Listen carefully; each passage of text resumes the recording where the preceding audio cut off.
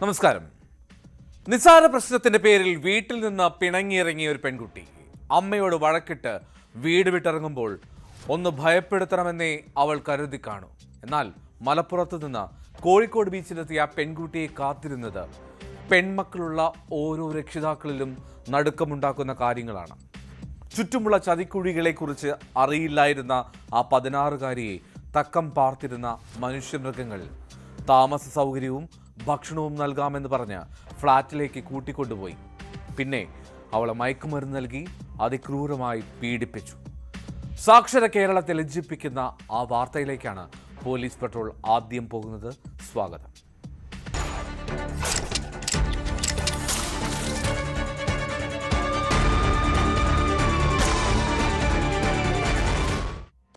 അമ്മയോട് പിണങ്ങി വീട് വിട്ടിറങ്ങിയ പ്രായപൂർത്തിയാകാത്ത പെൺകുട്ടിയെ മയക്കുമരുന്ന് നൽകി പീഡിപ്പിച്ചു. പെരിന്തൽമണ്ണ സ്വദേശിയായ 16-കാരിയാണ് കോഴിക്കോട് ലൈംഗിക പീഡനത്തിന് ഇരയായത്. പിന്നീട് 4000 രൂപ നൽകിയ ശേഷം പെൺകുട്ടിയെ ബീച്ചിൽ ഇറക്കി വിട്ടു. കേസിൽ കാസർഗോഡ് സ്വദേശികളായ ഷമീം, റായിസ് എന്നിവർ അറസ്റ്റിലായി. മറ്റ് 2 പ്രതികൾക്കായി അന്വേഷണം ഊർജിതമാക്കിയിരിക്കുകയാണ്.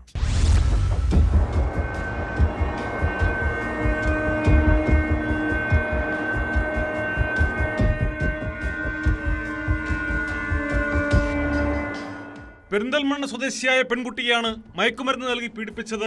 കോഴിക്കോട് ബീച്ചിൽ നിന്നും പെൺകുട്ടിയെ താമസ സൗകര്യവും ഭക്ഷണവും നൽകാമെന്ന് പറഞ്ഞ് ഫ്ളാറ്റിലേക്ക് കൂട്ടിക്കൊണ്ടുപോവുകയായിരുന്നു. തുടർന്നാണ് മയക്കുമരുന്ന് നൽകി ക്രൂരമായി പീഡിപ്പിച്ചത്. കാസർഗോഡ് സ്വദേശികളായ ഷമീം, റായിസ് എന്നിവരാണ് കേസിൽ പിടിയിലായത്. ഫ്ളാറ്റിലുണ്ടായിരുന്ന 2 പേരാണ് കുട്ടിക്ക് ലഹരിമരുന്ന് നൽകിയത്. പീഡനത്തിന് ശേഷം 4000 രൂപ നൽകി കോഴിക്കോട് ബീച്ചിൽ ഇറക്കിവിടുകയും ചെയ്തു. വെള്ളയിൽ സ്റ്റേഷനിലാണ് കേസ് രജിസ്റ്റർ ചെയ്തത്. പെൺകുട്ടി ഈ മാസം 23-ന് പെരിന്തൽമണ്ണയിൽ നിന്ന് കോഴിക്കോട്ടേക്ക് എത്തുകയും തുടർന്ന് പീഡനത്തിനിരയാവുകയുമായിരുന്നെന്ന് പോലീസ് പറഞ്ഞു. പെൺകുട്ടിക്ക് മയക്കുമരുന്ന് നൽകി പലതവണ ലൈംഗികാതിക്രമത്തിന് ഇരയാക്കിയെന്നാണ് കേസ്. പീഡനത്തിന് ശേഷം ബീച്ചിലിറക്കി വിട്ട പെൺകുട്ടിയെ പെരിന്തൽമണ്ണ പോലീസ് കണ്ടെത്തുകയും മൊഴിയെടുത്ത് കേസ് രജിസ്റ്റർ ചെയ്യുകയുമായിരുന്നു.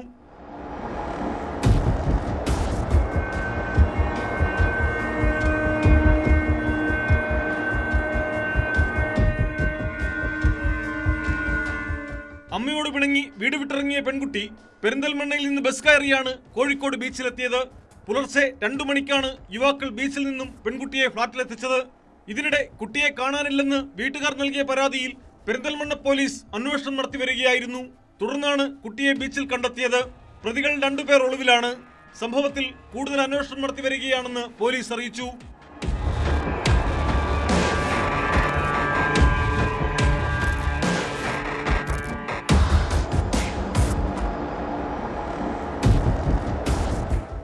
ന്യൂസ് 18 കോഴിക്കോട്.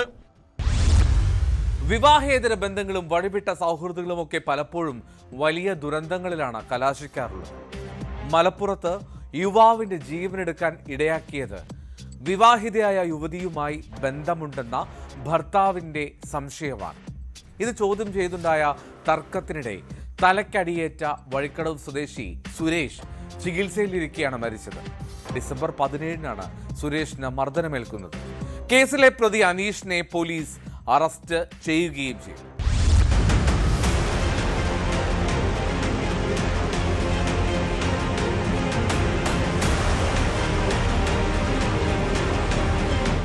ആക്രമണത്തിൽ തലയ്ക്ക് ഗുരുതരമായി പരിക്കേറ്റ വഴിക്കടവ് മരുത വേങ്ങപ്പാടം വെള്ളാരം കുന്നിലെ സുരേഷ് എന്ന 32-കാരനാണ് ചികിത്സയിലിരിക്കെ മരിച്ചത്. സുരേഷിനെ ആക്രമിച്ച മരുത മണ്ണുച്ചീനി തോട്ടുങ്ങൽ അനീഷ് എന്ന 43-കാരനെ വഴിക്കടവ് പോലീസ് അറസ്റ്റ് ചെയ്തു. മരിച്ച സുരേഷ് നിരവധി ക്രിമിനൽ കേസുകളിൽ പ്രതിയാണെന്ന് പോലീസ് പറഞ്ഞു.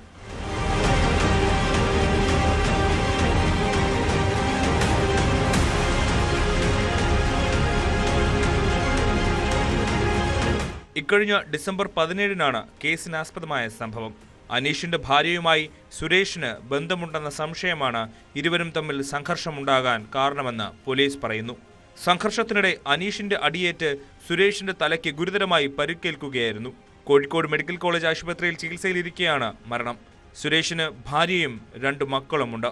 കോടതിയിൽ ഹാജരാക്കിയ പ്രതി അനീഷിനെ റിമാൻഡ് ചെയ്തു.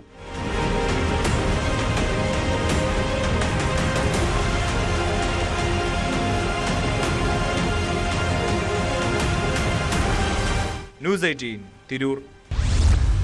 ഒരു മാസം മുമ്പ് ആൺ സുഹൃത്തിനൊപ്പം ഒളിച്ചോടിയ ഭാര്യയുടെ താമസ സ്ഥലം കണ്ടെത്തി ആക്രമണം നടത്തി ഭർത്താവ്.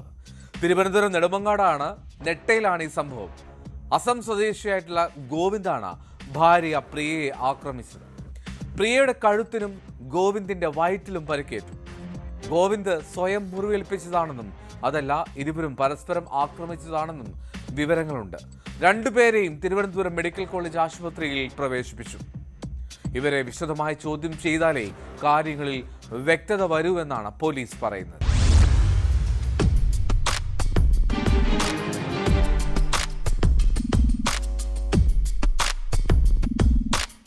നിർമ്മാണ തൊഴിലാളിയായ അസം സ്വദേശി ഗോവിന്ദും പ്രിയയും ശ്രീകാര്യത്താണ് താമസിച്ചിരുന്നത്.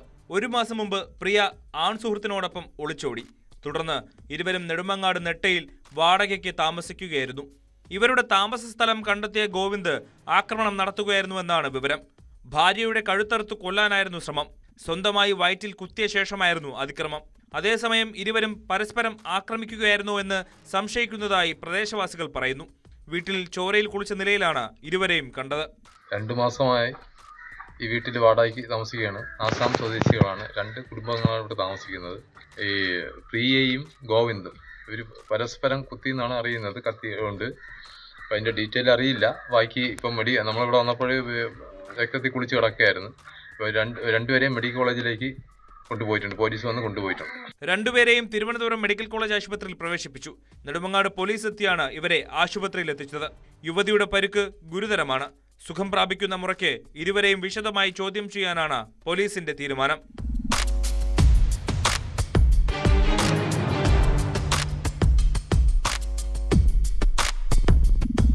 ന്യൂസ് 18 നെടുമങ്ങാട്. പ്രണയമോ വിവാഹാഭ്യർത്ഥനയോ നിരസിച്ചാൽ ജീവനെടുക്കാൻ ശ്രമിക്കുന്നവർ മനോവൈകല്യമുള്ളവരാണ്. മലപ്പുറത്ത് വിവാഹാഭ്യർത്ഥന നിരസിച്ചതിന് യുവാവ് യുവതിയെ കുത്തിപ്പരിക്കേൽപ്പിച്ചു. പെൻഷൻ ഭവൻ റോഡിലാണ് സംഭവം. തലയ്ക്കും കൈക്കും കഴുത്തിനും പരിക്കേറ്റ യുവതി ചികിത്സയിലാണ്. ആക്രമണശേഷം സ്ഥലത്തു നിന്നും കടന്നുകളഞ്ഞ പ്രതിക്കായി അന്വേഷണം തുടരുകയാണ്.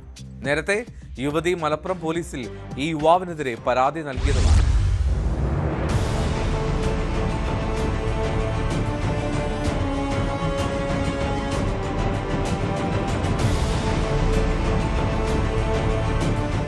മലപ്പുറം പെൻഷൻ ഭവൻ റോഡിൽ വെച്ചാണ് രാവിലെ ആക്രമണം നടന്നത്. യുവതി വിവാഹാഭ്യർത്ഥന നിരസിച്ചതിലുള്ള വൈരാഗ്യം കാരണമാണ് യുവാവ് ആക്രമണം നടത്തിയതെന്നാണ് പോലീസ് സംശയിക്കുന്നത്. ആക്രമണത്തിൽ യുവതിയുടെ തല, കൈ, കഴുത്ത് എന്നിവിടങ്ങളിൽ പരിക്കേറ്റു. ഉടൻ ചികിത്സ തേടിയതായും പരിക്കുകൾ ഗുരുതരമല്ലെന്നും പോലീസ് അറിയിച്ചു. ആക്രമണം നടത്തിയ യുവാവ് ഉടൻ തന്നെ സ്ഥലത്ത് നിന്ന് കടന്നു കളഞ്ഞു. ആക്രമണത്തിന് ഉപയോഗിച്ച കത്തി ഇവിടെ നിന്ന് പോലീസ് കണ്ടെടുത്തിട്ടുണ്ട്. മുൻപ് ഈ യുവതി മലപ്പുറം പോലീസിൽ യുവാവിനെതിരെ പരാതി നൽകിയിരുന്നു. പരാതിയുടെ അടിസ്ഥാനത്തിൽ യുവാവിനെ പോലീസ് വിളിച്ചു വരുത്തി ചോദ്യം ചെയ്തെങ്കിലും പിന്നീട് വിട്ടയക്കുകയായിരുന്നു എന്നാണ് വിവരം. പ്രതിയെ പിടികൂടുന്നതിനായി പോലീസ് പ്രത്യേക സംഘത്തെ നിയോഗിച്ച് വ്യാപക തെരച്ചിൽ നടത്തിവരികയാണ്.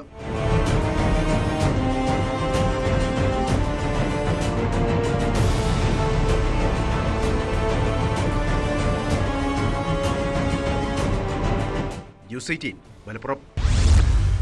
തിരുവനന്തപുരം കഴക്കൂട്ടത്ത് ബംഗാൾ സ്വദേശിനിയുടെ 4 വയസ്സുള്ള കുട്ടിയെ മരിച്ച നിലയിൽ ആശുപത്രിയിലെത്തിച്ച സംഭവം കൊലപാതകമാണ്. കഴുത്തിനേറ്റ പരിക്കാണ് മരണകാരണമെന്ന് പോസ്റ്റ്മോർട്ടം റിപ്പോർട്ടിൽ വ്യക്തമായി. കഴുത്തിൽ എന്തുകൊണ്ടോ മുറുക്കിയ പാടുകൾ ഡോക്ടർമാർ കണ്ടെത്തിയിരുന്നു. മാതാവ് മുന്നി ബീഗം, ഇവരുടെ സുഹൃത്തായ മഹാരാഷ്ട്ര സ്വദേശി തൻബീർ ആലം എന്നിവരെ കസ്റ്റഡിയിൽ പോലീസ് ചോദ്യം ചെയ്തെങ്കിലും ഇവർ കുറ്റം സമ്മതിച്ചിട്ടില്ല. തൻബീർ ആലമാണ് കൊലപാതകം നടത്തിയത് എന്ന പ്രാഥമിക നിഗമനത്തിലാണ് പോലീസ് ഉള്ളത്. മാതാവിന്റെ പങ്കും പരിശോധിച്ചു വരും.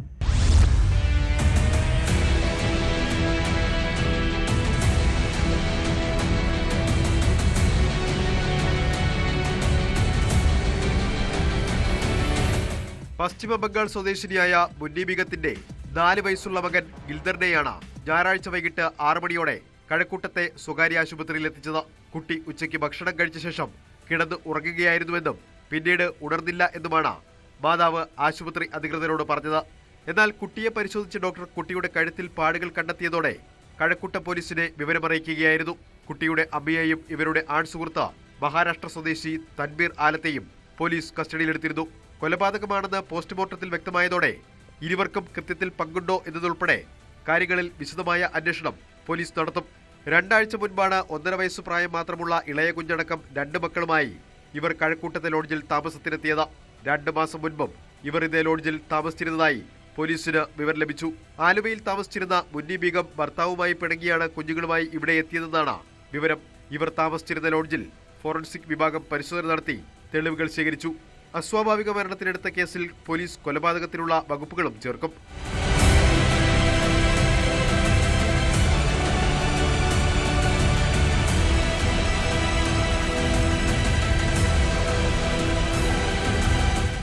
ന്യൂസ് 18 കഴക്കൂട്ടം.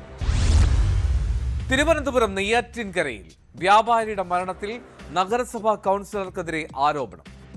മൊബൈൽ ഷോപ്പ് വ്യാപാര വ്യവസായി സമിതി പ്രസിഡന്റും നെയ്യാറ്റിൻകര സ്വദേശിയുമായിട്ടുള്ള ദിലീപ് കുമാർ ആത്മഹത്യ ചെയ്തത് കോൺഗ്രസ് കൗൺസിലറുടെ മാനസിക പീഡനം മൂലമാണെന്നാണ് പരാതി. ആത്മഹത്യക്കുറിപ്പിലും കൗൺസിലർക്കെതിരെ പരാമർശമുണ്ട്. അതേസമയം ആരോപണം നിഷേധിച്ച് കൗൺസിലർ രംഗത്തെത്തി. സംഭവത്തിൽ വിശദമായിട്ടുള്ള അന്വേഷണം നടത്തുമെന്ന് പോലീസ് പറഞ്ഞു.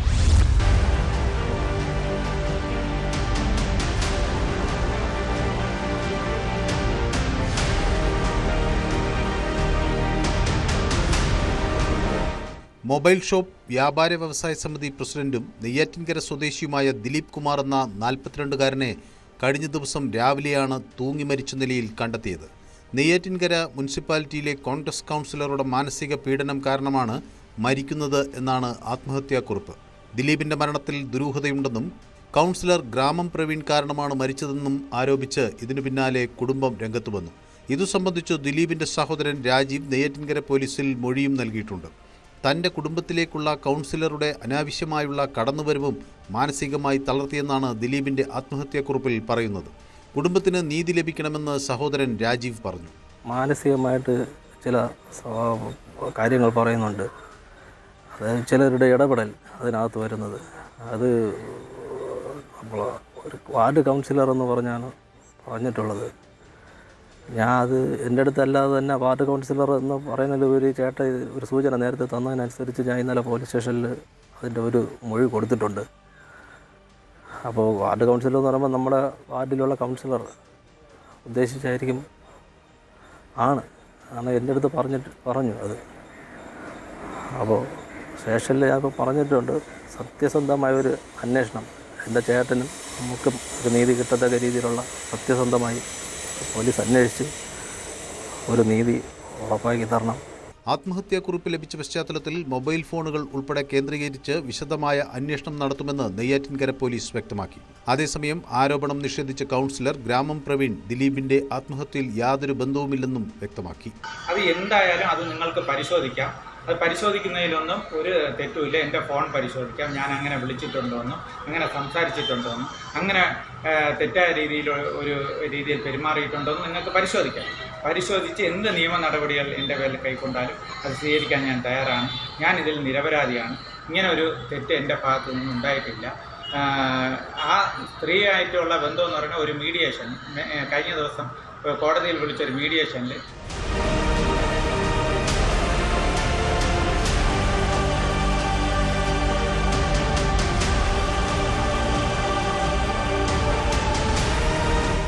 ന്യൂസ് 18 നെയ്യാറ്റിൻകര.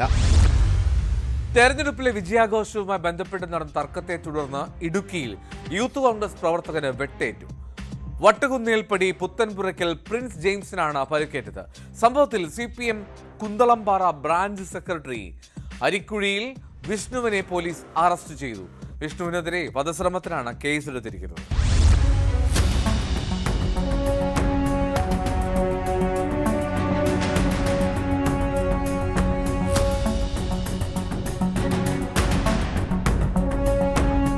യൂത്ത് കോൺഗ്രസ് പ്രവർത്തകനായ കട്ടപ്പന കുന്തളംപാറ സ്വദേശി പുത്തൻപുരയ്ക്കൽ പ്രിൻസിനാണ് പരിക്കേറ്റത്. ഞായറാഴ്ച രാത്രി 10 മണിയോടെയാണ് സംഭവം. രാത്രിയിൽ വീട്ടിലേക്ക് പോകുന്നതിനിടെ പ്രിൻസും CPM കുന്തളംപാറ ബ്രാഞ്ച് സെക്രട്ടറി വിഷ്ണുവിന്റെ അനുജനും തമ്മിൽ പടക്കം പൊട്ടിച്ചതുമായി ബന്ധപ്പെട്ട് തർക്കമുണ്ടായി. തെരഞ്ഞെടുപ്പ് ഫലത്തെ ചൊല്ലിയും വാക്കേറ്റം രൂക്ഷമായതോടെ സംഭവം അറിഞ്ഞെത്തിയ വിഷ്ണു കയ്യിൽ കരുതിയിരുന്ന വാക്കത്തി ഉപയോഗിച്ച് പ്രിൻസിനെ ആക്രമിക്കുകയായിരുന്നു. തലയ്ക്ക് പരിക്കേറ്റ പ്രിൻസിനെ കട്ടപ്പനയിലെ സ്വകാര്യ ആശുപത്രിയിൽ പ്രവേശിപ്പിച്ചു.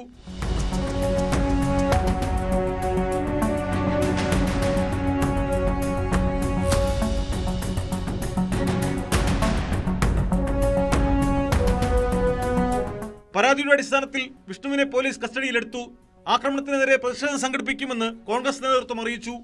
ഒരു വധശ്രമ ലെവലിൽ തന്നെയാണ് ഇന്നലത്തെ ആക്രമണം അവിടെ ഉണ്ടായത് എന്ന് പറയുന്ന ഒരു വാർഡിൽ ജയിച്ചപ്പോൾ തന്നെ ഈ CPM-ന്റെ പ്രാദേശിക നേതാക്കന്മാർ ഇത്തരത്തിലുള്ള ആക്രമണങ്ങൾ അവർ ഉരുത്തിരിഞ്ഞ് പൊട്ടി പുറപ്പെടുന്നുണ്ടെങ്കിൽ ഈ മുനിസിപ്പാലിറ്റിയിൽ ഇവർക്ക് അധികാരം ലഭിച്ചിരുന്നെങ്കിൽ ഇവിടെയുള്ള ഏതെങ്കിലും ജനങ്ങൾക്ക്, സാധാരണപ്പെട്ട പ്രവർത്തകർക്ക് ജീവിക്കാൻ കഴിയുന്ന സാഹചര്യം ഉണ്ടെന്നുള്ള കാര്യം അവർ മനസ്സിലാക്കണം. വളരെ അടിയന്തരമായി CPM-ന്റെ നേതാക്കന്മാർ ഇത്തരത്തിലുള്ള ആൾക്കാരെ പാർട്ടിയിൽ നിന്ന് മാറ്റി നിർത്തപ്പെടുകയും ഇവർക്കെതിരെ ശക്തമായ നിലപാടുകൾ സ്വീകരിക്കുകയും ശക്തമായി ഇത് സംബന്ധിച്ചുള്ള CPM-ന്റെ പ്രതികരണം ഞങ്ങൾ ആഗ്രഹിക്കുകയാണ്.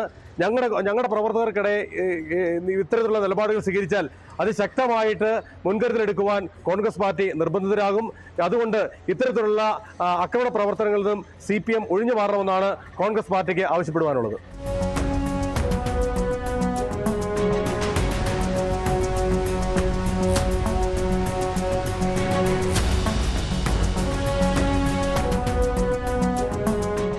ന്യൂസ് 18 ഇടുക്കി. സ്കൂൾ വിദ്യാർത്ഥികൾക്കിടയിൽ അക്രമവാസന വർദ്ധിക്കുകയാണ്.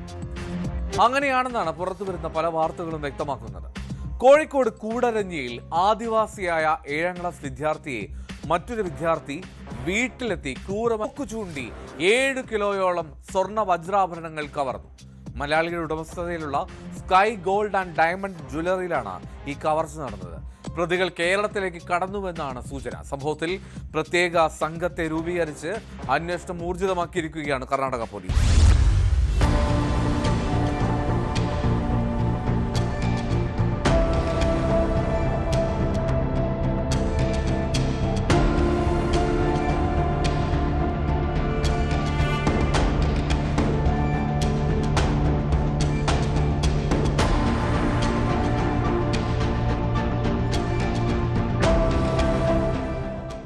മൈസൂർ ജില്ലയിലെ ഹുൻസൂറിലാണ് സിനിമാ സ്റ്റൈലിൽ കവർച്ച നടന്നത്. ബൈക്കിലെത്തിയ 5-അംഗ സംഘം തോക്കു ചൂണ്ടി ജ്വല്ലറിയിൽ നിന്നും 7 കിലോയോളം സ്വർണ്ണ വജ്രാഭരണങ്ങൾ കവരുകയായിരുന്നു. ഹെൽമറ്റും മാസ്കും ധരിച്ചെത്തിയ സംഘം കവർച്ചാ സമയത്ത് മുഖം മറച്ചിരുന്നില്ല. ജ്വല്ലറിയിൽ സ്ഥാപിച്ച CCTV ക്യാമറയിൽ ഇവരുടെ ദൃശ്യങ്ങൾ പതിഞ്ഞിട്ടുണ്ട്. മിനിറ്റുകൾക്കകമാണ് ജ്വല്ലറിയിലെ മുഴുവൻ ആഭരണങ്ങളും സംഘം ബാഗുകളിലാക്കിയത്. 2 തവണ മുകളിലോട്ട് വെടിയുതിർക്കുകയും ചെയ്തു.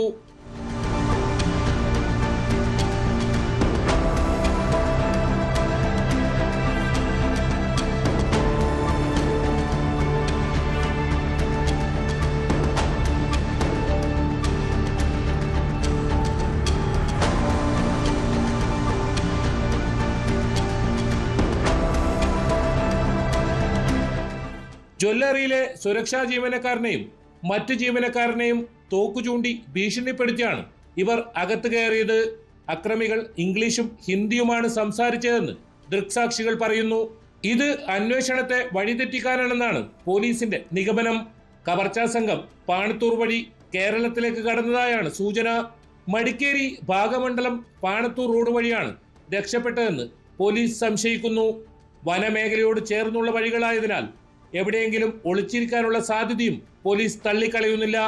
അന്വേഷണത്തിനായി 5-അംഗ പ്രത്യേക സംഘത്തെ രൂപീകരിച്ചു. പ്രതികളെ ഉടൻ പിടികൂടാനാകുമെന്ന് അന്വേഷണ സംഘം വ്യക്തമാക്കി.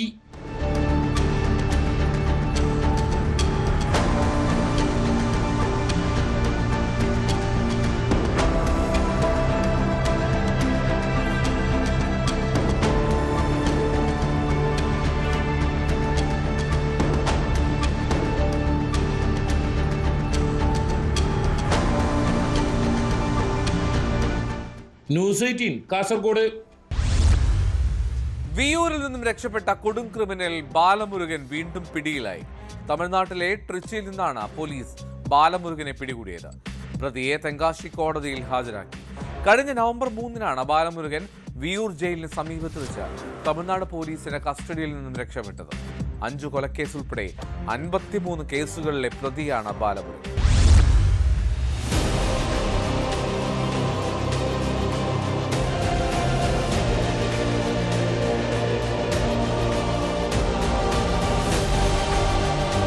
അൻപത്തിമൂന്ന് കേസുകളിൽ പ്രതിയായ കൊടും കുറ്റവാളി ബാലമുരുകൻ ഒടുവിൽ പിടിയിലായപ്പോൾ പോലീസിന് ആശ്വസിക്കാം. നവംബർ 3-ന് വിയൂർ ജയിലിലേക്ക് കൊണ്ടുവരുമ്പോൾ തമിഴ്നാട് പോലീസിന്റെ കസ്റ്റഡിയിൽ നിന്നാണ് ഇയാൾ രക്ഷപ്പെട്ടത്. തമിഴ്നാട് കേന്ദ്രീകരിച്ച് പോലീസ് വ്യാപക പരിശോധന നടത്തിയിട്ടും ബാലമുരുകനെ പിടികൂടാൻ ആയിരുന്നില്ല. അതിനിടെ തെങ്കാശിക്ക് സമീപം ഇയാളെ കണ്ടെങ്കിലും സാഹസികമായി രക്ഷപ്പെട്ടു.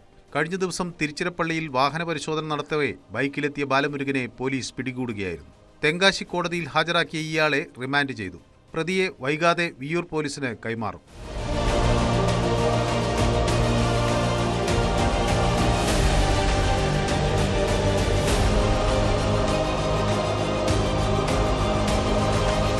കവർച്ച, കൊലപാതക ശ്രമം ഉൾപ്പെടെയുള്ള കേസുകളിലെ പ്രതിയാണ് തമിഴ്നാട് കടയം സ്വദേശിയായ ഈ 44-കാരൻ. തനിക്കെതിരെ സാക്ഷി പറഞ്ഞ സ്ത്രീയെ ക്രൂരമായി വകവരുത്തിയ കേസിലും ഇയാൾ പ്രതിയാണ്. തമിഴ്നാട്ടിൽ തെളിവെടുപ്പിന് ശേഷം വിയ്യൂർ ജയിലിലേക്ക് കൊണ്ടുവരുന്നതിനിടെയാണ് പോലീസിന്റെ കസ്റ്റഡിയിൽ നിന്ന് ബാലമുരുകൻ രക്ഷപ്പെട്ടത്.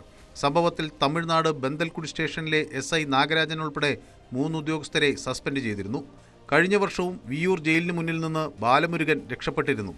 മോഷ്ടിച്ച ബൈക്കിലാണ് അന്ന് രക്ഷപ്പെട്ടത്.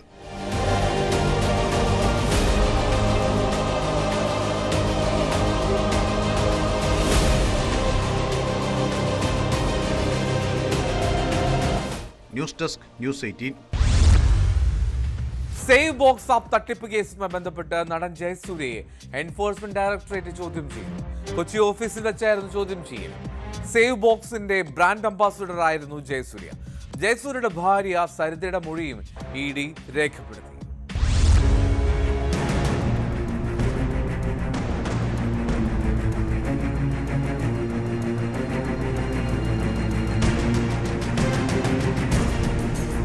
ഓൺലൈൻ ലേലം നടത്തുന്ന സ്ഥാപനമാണ് സേവ് ബോക്സ്. ഇതേ പേരിൽ കമ്പനി മൊബൈൽ ആപ്പും പുറത്തിറക്കിയിരുന്നു. ഇലക്ട്രോണിക് ഉപകരണങ്ങൾ കുറഞ്ഞ വിലയിൽ ഓൺലൈൻ ലേലത്തിലൂടെ സ്വന്തമാക്കാം എന്നായിരുന്നു കമ്പനിയുടെ വാഗ്ദാനം. ഈ ലേലത്തിൽ പങ്കെടുക്കാനായി സേവ് ബോക്സ് നൽകുന്ന വെർച്വൽ കോയിനുകൾ പണം കൊടുത്തു വാങ്ങണം. ഈ കോയിനുകൾ ഉപയോഗിച്ചായിരുന്നു ലേലം. സേവ് ബോക്സ് എന്ന പേരിൽ വിവിധ ഇടങ്ങളിൽ വ്യാപാര സ്ഥാപനങ്ങൾ തുടങ്ങാം എന്ന് വാഗ്ദാനം ചെയ്ത് പലരിൽ നിന്നായി പണം തട്ടിയെന്ന പരാതിയിൽ കമ്പനി ഉടമ സാദിഖ് റഹീമിനെ 2022 തൃശൂർ ഈസ്റ്റ് പോലീസ് അറസ്റ്റ് ചെയ്തിരുന്നു.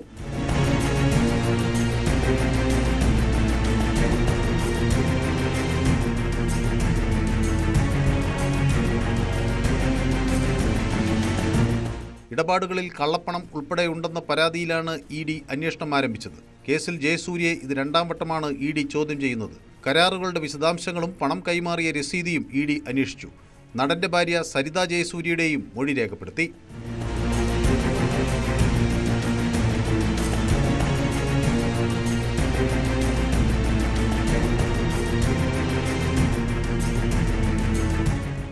ന്യൂസ് 18 കൊച്ചി.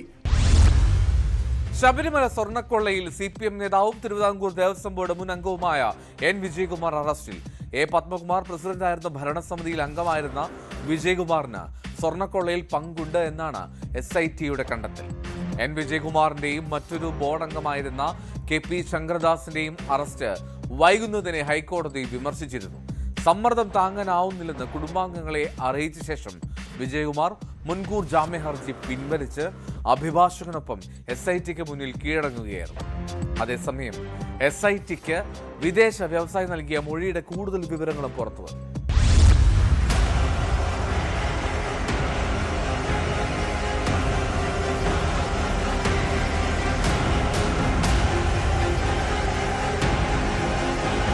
സ്വർണ്ണക്കൊള്ളയുടെ ഉത്തരവാദിത്തം ബോർഡിനാകെയാണെന്നാണ് A. പത്മകുമാർ മൊഴി നൽകിയത്.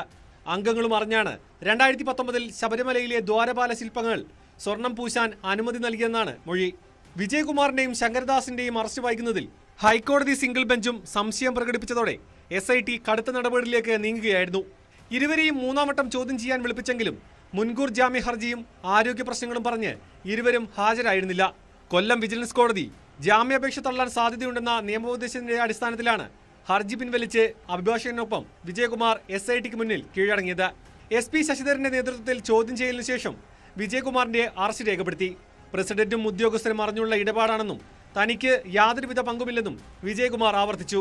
ജനറൽ ആശുപത്രിയിലെ വൈദ്യപരിശോധനയ്ക്ക് ശേഷം തിരുവനന്തപുരം വിജിലൻസ് കോടതിയിൽ ഹാജരാക്കിയ വിജയകുമാറിനെ റിമാൻഡ് ചെയ്തു.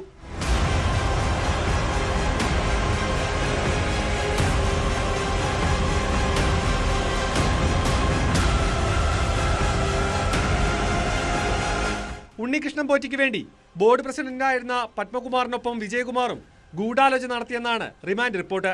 രേഖകളിൽ കൃത്രിമം നടത്തിയെന്നും ബോർഡിന് നഷ്ടമുണ്ടാക്കാനായി പ്രതികൾ സഹകരിച്ച് പ്രവർത്തിച്ചെന്നും SIT പറയുന്നു.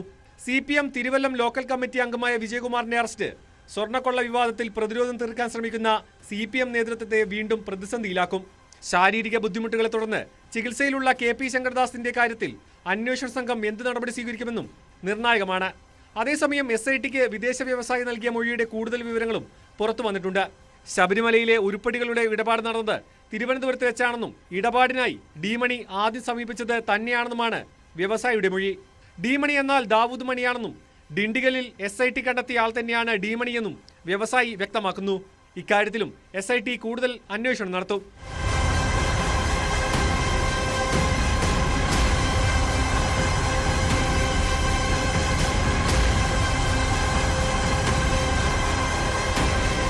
ന്യൂസ് 18 തിരുവനന്തപുരം. കണ്ണൂർ മട്ടന്നൂരിൽ പൂട്ടിയിട്ട വീട് കുത്തിത്തുറന്ന 10 പവൻ സ്വർണവും 10,000 രൂപയും കവർന്നു. എടയന്നൂർ തെരൂരിലെ പൗർണമിയിൽ T നാരായണന്റെ വീട്ടിലാണ് കവർച്ച നടന്നത്. മട്ടന്നൂർ പോലീസ് സ്ഥലത്തെത്തി അന്വേഷണം ആരംഭിച്ചു. വീട്ടുകാർ ബംഗളൂരുവിൽ പോയിരുന്നപ്പോഴായിരുന്നു ഈ മോഷണം.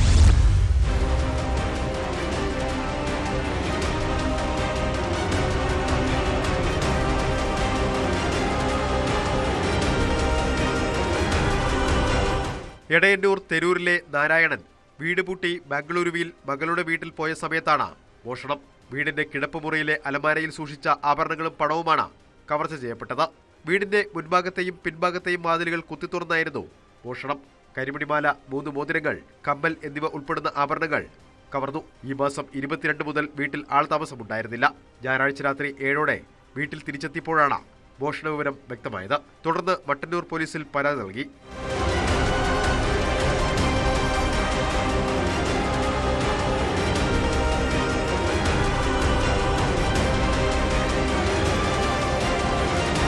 വീടിന്റെ മുകളിലത്തെയും താഴത്തെയും കിടപ്പുമുറികളിൽ അലമാരയിലെ വസ്ത്രങ്ങൾ വാരി വലിച്ചിട്ട നിലയിലായിരുന്നു. ആയുധങ്ങൾ ഉപയോഗിച്ചായിരുന്നു വാതിൽ കുത്തി തുറന്നത്. വീട്ടിലെ CCTV ക്യാമറകൾ തകർക്കുകയും DVR ഉൾപ്പെടെ മോഷ്ടാക്കൾ കൊണ്ടുപോവുകയും ചെയ്തു. ഒന്നിലധികം മോഷ്ടാക്കൾ ഉണ്ടായിരുന്നെന്ന നിഗമനത്തിലാണ് പോലീസ്. മട്ടന്നൂർ SI CP ലിനേഷിന്റെ നേതൃത്വത്തിലുള്ള പോലീസ് സംഘം കേസെടുത്ത് അന്വേഷണം ആരംഭിച്ചു. കണ്ണൂരിൽ നിന്നുള്ള ഡോഗ് സ്ക്വാഡും വിരലടയാള വിദഗ്ധരും സ്ഥലത്തെത്തി പരിശോധന നടത്തി. പ്രദേശത്തെ CCTV ക്യാമറ ദൃശ്യങ്ങൾ പോലീസ് ശേഖരിച്ചു വരികയാണ്.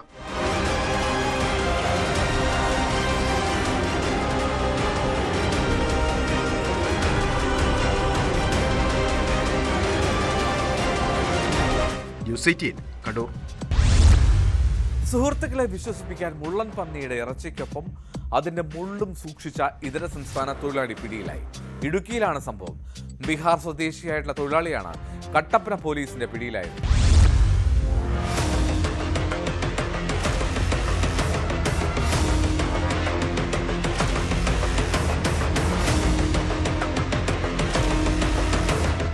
കഴിഞ്ഞ ദിവസമാണ് കേസിനാസ്പദമായ സംഭവം. ബീഹാർ സ്വദേശി സിലാ സെമ്പാറാമിന് തൂക്കുപാലം കുഴിപ്പട്ടയ്ക്ക് സമീപത്ത് വെച്ച് വാഹനമിടിച്ച് ചത്ത നിലയിൽ മുള്ളൻപന്നിയെ കിട്ടുകയായിരുന്നു. ഇതിനെ താമസ സ്ഥലത്തെത്തിച്ച് കറി വെക്കുന്നതിനായി ഒരുക്കി.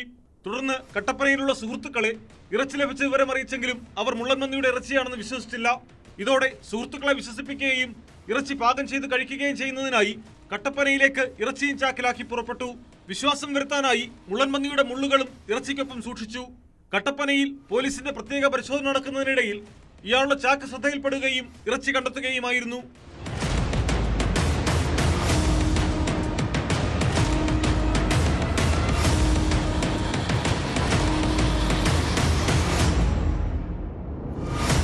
അഞ്ച് കിലോയോളം മുള്ളൻപന്നിയുടെ ഇറച്ചിയും മുള്ളുകളും ഇറച്ചി പാകപ്പെടുത്തുവാൻ ഉപയോഗിച്ച വാക്കത്തി, കത്തി, ചാക്ക് എന്നിവയും വനം വകുപ്പ് പിന്നീട് നടത്തിയ തെരച്ചിലിൽ കണ്ടെടുത്തു. പ്രതിയെ കോടതിയിൽ ഹാജരാക്കി.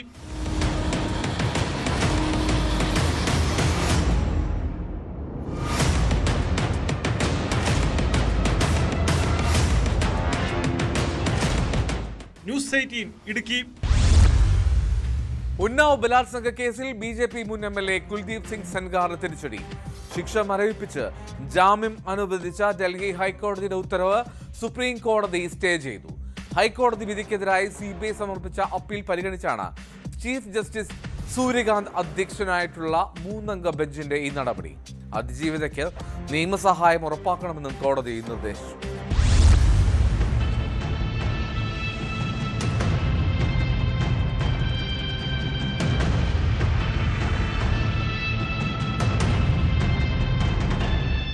രാജ്യം നടുങ്ങിയ ഉന്നാവോ ബലാത്സംഗ കേസിൽ മുൻ BJP MLA കുൽദീപ് സിംഗ് സെൻഗാറിന്റെ ശിക്ഷ മരവിപ്പിച്ച ഡൽഹി ഹൈക്കോടതി ഉത്തരവിനെതിരെയാണ് CBI സുപ്രീം കോടതിയെ സമീപിച്ചത്.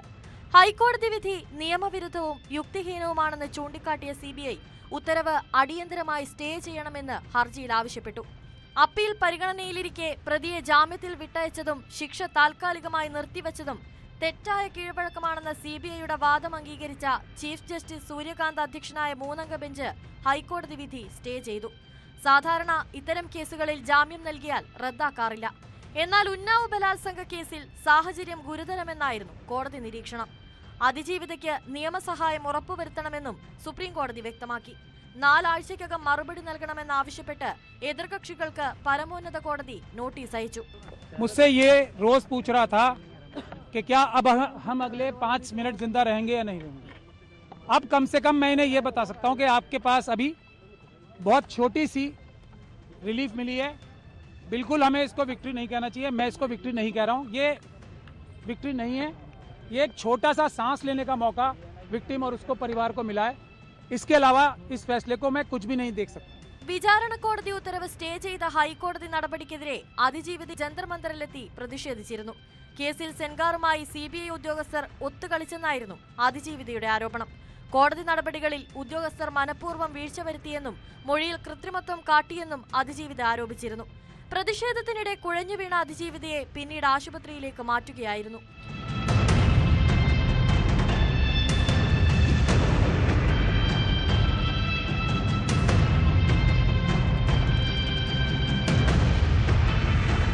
News desk news 18. കണ്ണൂർ കൊട്ടിയൂരിൽ കഴുത്തിൽ മുറിവുണ്ടാക്കിയ ശേഷം വനത്തിലേക്ക് ഓടിപ്പോയ മധ്യവയസ്കനെ ഉൾവനത്തിൽ മരിച്ച നിലയിൽ കണ്ടെത്തി. കൊട്ടിയൂർ അമ്പായത്തോട് കച്ചേരിക്കുഴി രാജേന്ദ്രനാണ് മരിച്ചത്. ഭാര്യ വീട്ടിലായിരുന്ന രാജേന്ദ്രൻ കഴിഞ്ഞ ദിവസം ഉച്ചയ്ക്ക് ശേഷമാണ് സ്വയം മുറിവേൽപ്പിച്ച ശേഷം വനത്തിലേക്ക് ഓടിപ്പോയത്. സംഭവം അറിഞ്ഞ് വനംവകുപ്പ് ഉദ്യോഗസ്ഥരും പോലീസും നാട്ടുകാരും തെരച്ചിൽ നടത്തി വരികയായിരുന്നു. കുടുംബ പ്രശ്നമാണ് ഇത്തരത്തിൽ കഴുത്തു മുറിക്കാൻ കാരണമെന്നാണ് പോലീസ് നൽകുന്ന സൂചന. ഇന്നത്തെ പോലീസ് പട്രോൾ പൂർണ്ണമാകുന്നു. നമസ്കാരം.